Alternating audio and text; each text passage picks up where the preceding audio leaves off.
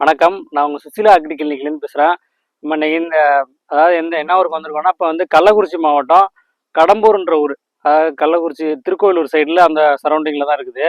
இப்போ இவங்க என்னன்னா ஒரு மொத்தமாக 7 ஏக்கர் சவுக்கு போட்டிருக்காங்க. இது ஃபுல்லாகவே சவுக்கு தான் போட்டிருக்காங்க. இந்த ஏரியா ஃபுல்லாக பார்த்தாலே தெரியுது, ஃபுல்லாகவே சவுக்கு தான் போட்டிருக்காங்க.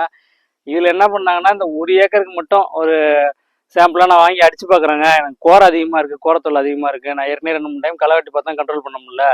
அதனால கோரை அதிகமாக எந்த ஃபீல்டு இருக்கோ அதுக்கு மட்டும் நான் இப்போ ஒதுக்கி அடிச்சுக்கிறேன் 1 ஏக்கருக்கு மட்டும் அப்படின்னு சொல்லிட்டு.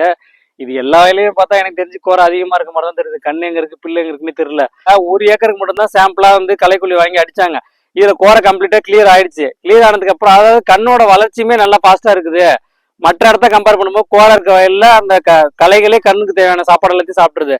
அதனால அதெல்லாம் வளரவும் முடியல. அவங்க என்ன கேட்டாங்க, மறுபடியும் சரி களைக்கொல்லி அடிக்கலாமான்னு கேட்கும்போது கோரை டபுள் மடங்கா இப்ப இதோட ரிசல்ட் 15 நாள்ல வரும். திரும்ப அதை பார்க்கும்போது அது 15 நாள் இன்னும் வளர்ந்துருக்கும். அதுக்கப்புறம் 10 நாள் கழிச்சு கால் பண்ணாங்க, கோரை வந்து கண்ணை தாண்டி வளர்ந்துருச்சு. நான் என்ன சொன்னோம், நீங்க வீடு மிஷின் வச்சு ஒரு டைம் ஓட்டிருங்க, கம்ப்ளீட்டா எல்லாத்தையுமே ஓட்டிருங்க. ஓட்டிட்டு மறுபடியும் சின்ன சின்ன குறையா வரும். அந்த டைம்ல நீங்க களைக்கொல்லி வாங்கி ஸ்ப்ரே பண்ணீங்கன்னா கண்டிப்பா நல்ல ரிசல்ட் இருக்குங்கன்னு சொன்னோம்.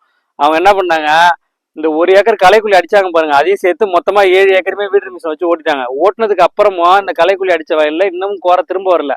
ஆனா மற்ற இடத்துல மறுபடியும் எந்த கண்டிஷன்ல இருந்ததோ அதே அளவுக்கு திரும்பவும் எல்லா குறையும் கொடுக்க ஆரம்பிச்சிச்சு. நம்ம களைக்கொல்லி அடிச்சு கோரெல்லாம் இறந்ததுக்கு அப்புறமேட்டு வீடு மிஷின் வச்சு ஓட்டிருக்காங்க. இந்த இடத்துல பார்த்தோம்னா கோரை திரும்ப முளைக்கவே இல்லை. நீ நல்லா பார்க்கும்போது தெரியும், நல்லா எம்டியா கிளியரா இருக்கு. இதே வந்துட்டு களைக்கொல்லி அடிக்காத இடத்துல வீடு மிஷின் வச்சு ஓட்டிருக்காங்க, அதுல எல்லாமே திரும்ப கோரை கொடுத்து வந்துருச்சு. இதுதான் இந்த இடத்துல ஆனா பார்க்கும்போது டிஃப்ரெண்ட். இதுக்காக தான் நம்ம சொல்றோம், அதாவது நார்மலா நம்ம கோரையை கண்ட்ரோல் பண்றதை விட களவெட்டினாலும் கண்ட்ரோல் பண்ண முடியாது, ஆளுங்களை வச்சு பிடுங்கி எடுத்தாலும் கண்ட்ரோல் பண்ண முடியாது.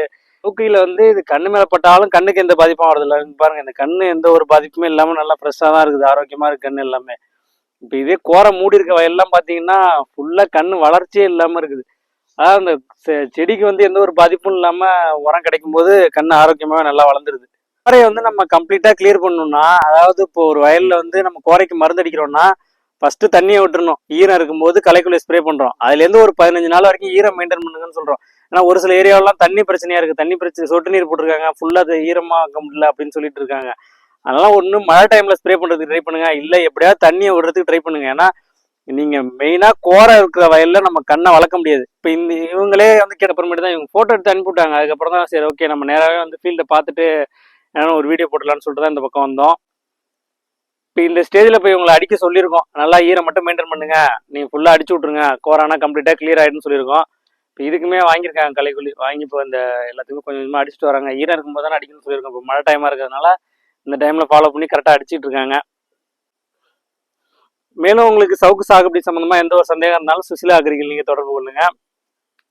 மேக்ஸிமம் இப்போ வந்து கோரையை வந்து நம்ம ஈஸியாகவே கண்ட்ரோல் பண்ணிடலாம் களைக்கொல்லி மூலியமாகவே. நீங்கள் களை வெட்டினாலுமே திரும்ப திரும்ப வந்துகிட்டு இருக்குது. நன்றி, வணக்கம்.